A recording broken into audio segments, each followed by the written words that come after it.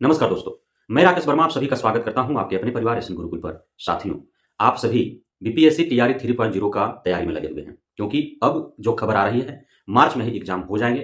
15 फरवरी तक आपका विज्ञापन आ जाएंगे, 15 फरवरी के बाद आवेदन होंगे और 15 मार्च के बाद जो है एग्जाम होना प्रारंभ हो जाएगा। लोकसभा चुनाव से पहले रिजल्ट घोषित करके नियुक्ति पत्र, योगदान सभी कार्य हो जाएंगे। ऐसा अब तक जो है वो सूचनाएं प्राप्त हो रही हैं, खबरें आ रही हैं। और आप जो ही एक खबर आई कि मार्च में एग्जाम होने वाला है, आप पूरी तरह से बीपीएससी टीआरई 3.0 की तैयारी में जुट चुके हैं। लेकिन आपको कहाँ अंदेशा था कि जो सीटेट 21 जनवरी 2024 को आपने दिया है, उसे लेकर के क्या कुछ चल रहे हैं? क्योंकि आप सभी तो निश्चिंत हो गए कि सीबीएसई ने पेपर लीक मामले से इनकार कर दिया। उसने कहा पेपर रद्द होगा ही नहीं, अब कोई एग्जाम दोबारा नहीं होंगे, सीधा रिजल्ट घोषित किए जाएंगे। लेकिन 21 जनवरी 2024 और आज 30 जनवरी 2024, 8 दिन, एक हफ्ता बाद आज 8वां दिन और पेपर लीक मामले की जांच सीबीएसई बोर्ड अंदर अंदर कर रही थी और आज बड़े खुलासे हुए हैं। साथियों, आप सब जान करके हैरत हो जाएंगे कि आपका जूनियर, आपसे उम्र में बहुत छोटा, मात्र इंटर विद्यालय में पढ़ने वाला एक छात्र बिहार में पेपर लीक कर देता है सीटेट का, और वह पकड़ा भी जाता है।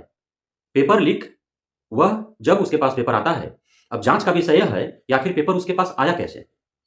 क्योंकि हमेशा देखा गया है कि इस तरह के जो भी बड़े स्तर पर धांधली सेटिंग होता है या कोई भी घटनाएं होती हैं, भ्रष्टाचार, घूसखोरी, तो इसमें छोटे मछलियों को पकड़ लिया जाता है और बड़े मछलियों को नजरअंदाज कर दिया जाता है। तो यह जो विद्यार्थी है, +2 में पढ़ने वाला है, नाम है सत्यम कुमार। इसके पिताजी गुजरात में रह करके मेहनत मजदूरी करते हैं, कोई कार्य करते हैं, और यह बच्चा +2 में पढ़ रहा है, तैयारी कर रहा है। इनके गार्जियन को कतई पता नहीं है कि उनका बेटा पढ़ रहा है या फिर कुछ और ही काम में लगा हुआ है। और इसके पास प्रश्न पत्र किसी माध्यम से आते हैं, यह टेलीग्राम ग्रुप बनाता है और उसमें प्रश्न पत्र को डाल देता है। तो जिन जिन व्यक्तियों को यह टेलीग्राम ग्रुप तैयार किया होगा, फ्री ऑफ कॉस्ट तो किया नहीं होगा, पहले से ही मामले सब सेट होंगे।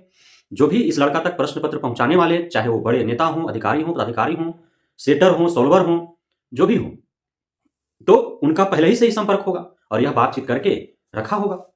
टेलीग्राम ग्रुप बना हुआ था, उसमें सैकड़ों अभ्यर्थी जो सीटेट परीक्षा में बैठने वाले थे वे जुड़े हुए थे।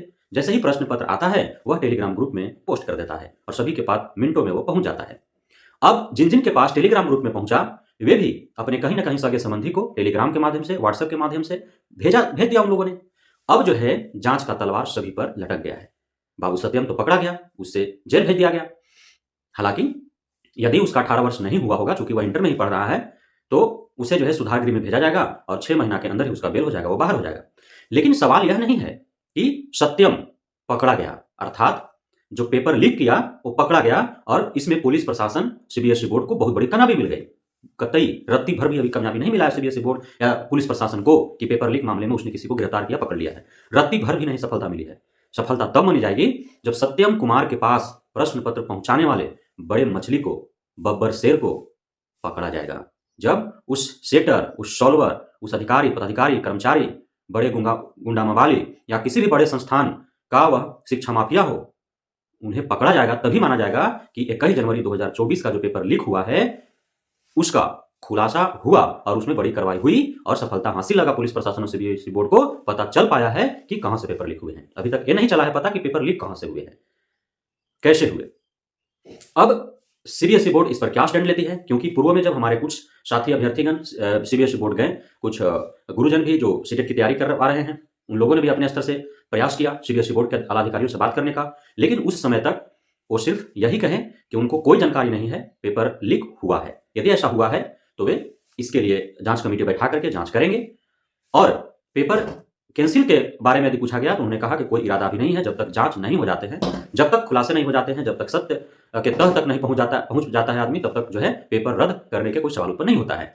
तो अब शायद सीबीएसई बोर्ड बिना किसी को बताए, चोरी छुपे, वह जांच कमेटी बैठा करके और जांच में संलग्न था, और उसके जांच में पुलिस प्रशासन सहयोगी रहे और बिहार के सत्यम कुमार +2 में पढ़ने वाला विद्यार्थी पकड़ा गया है। उसके टेलीग्राम ग्रुप में बहुत सारे ऐसे अभ्यर्थी हैं जो सीटेट परीक्षा में बैठे हैं, उनके पास प्रश्न पत्र सत्यम के द्वारा गया हुआ है। उन सैकड़ों मोबाइल नंबर जांच के दायरे में है, जांच किए जा रहे हैं। अब उन सैकड़ों मोबाइल नंबर से और किन हजारों मोबाइल नंबर पर टेलीग्राम या फिर व्हाट्सएप से भेजा गया, इसे भी अब देखा जाएगा, और सभी इसमें सैकड़ों नहीं, हजारों नहीं, लाखों हो सकते हैं, क्योंकि पूरे भारत में लगभग 35-36 लाख अभ्यर्थियों ने सीटेट दिया। यदि सिर्फ बिहार की बात किया जाए तो लगभग 4 से 5 लाख जो है बिहार के अभ्यर्थियों ने सीटेट एग्जाम में बैठा है। और यह जो मामला है पेपर लीक का, वो सिर्फ बिहार में ही नहीं हुआ है, पूरे भारत के कोने कोने में पेपर लीक हुए हैं। तो अब कितना देर पूर्व हुआ कि सभी जगह पहुंच गए, किसके द्वारा किया गया, पूर्व से अवश्य ही प्लानिंग किया गया होगा इस बाबत, तभी जो है इतने शीघ्रता से पेपर लीक होते हैं और पूरे भारत के कोने कोने में पहुंच जाते हैं। तो इसके पीछे बहुत बड़ा सोल्वर गैंग, बहुत बड़ा सेटर गैंग, इसके पीछे बहुत बड़े धांधली करने वाले अधिकारी, पदाधिकारी, कर्मचारी, शिक्षा माफिया इसके पीछे हैं, जिनके द्वारा एक कार्य कुकृत्य किया गया है। तो उन बड़े मछलियों को पकड़ करके और तिहाड़ जेल में डालने की आवश्यकता है और उनका कूट कूट कर हाड़ मांस हिला देने की आवश्यकता है, ताकि पेपर लीक मामला करने क्या सोचे भी नहीं कोई कि पेपर लीक किया कैसे जाए। करने का दूर की बात है, इतनी कड़ी सजा देनी चाहिए, क्योंकि इससे कई हजार कई लाख पढ़े लिखे शिक्षित मेहनती जो बुद्धिमान है, जो ज्ञानी हैं, जो कुशल हैं, विवेकशील हैं, उनका जीवन बर्बाद होता है। जो अयोग्य हैं, फर्जी हैं, वे जो है पैसे के बदौलत धांधली सेटिंग कर और वे घुस जाते हैं फर्जीवाड़े तरीके से, और योग्य और सफल जो है वे जो है बाहर रह जाते हैं। तो इस पर पूरी तत्परता और कटिबद्धता के साथ पूरे सख्ती बरतते हुए और कार्रवाई होनी चाहिए। एक एक व्यक्ति जो इस मामले में शामिल है, चाहे जहां का भी हो, जो भी हो, सभी पर कार्रवाई होनी चाहिए। ये सत्यम कुमार जैसे छोटी मछलियों को पकड़ पीठ थपथपाने के बजाय बड़ी मछलियां जो अधिकारी, पदाधिकारी, शिक्षा माफिया, सेटर, जो सोल्वर गैंग के सक्रिय सदस्य हैं, उन सभी पर कार्रवाइयां होनी चाहिए, तभी जो है सफल कार्रवाई मानी जाएगी। और यदि व्यापक पैमाने पर जैसे कि अभ्यर्थियों के द्वारा अलग अलग स्टेट से बताए जा रहे हैं, हर भारत के प्रत्येक कोने के हर शहर में एग्जाम से पूर्व परीक्षा प्रश्न पत्र जो है परीक्षा का वो लीक हो चुका था, पहुंच गया था लोगों तक।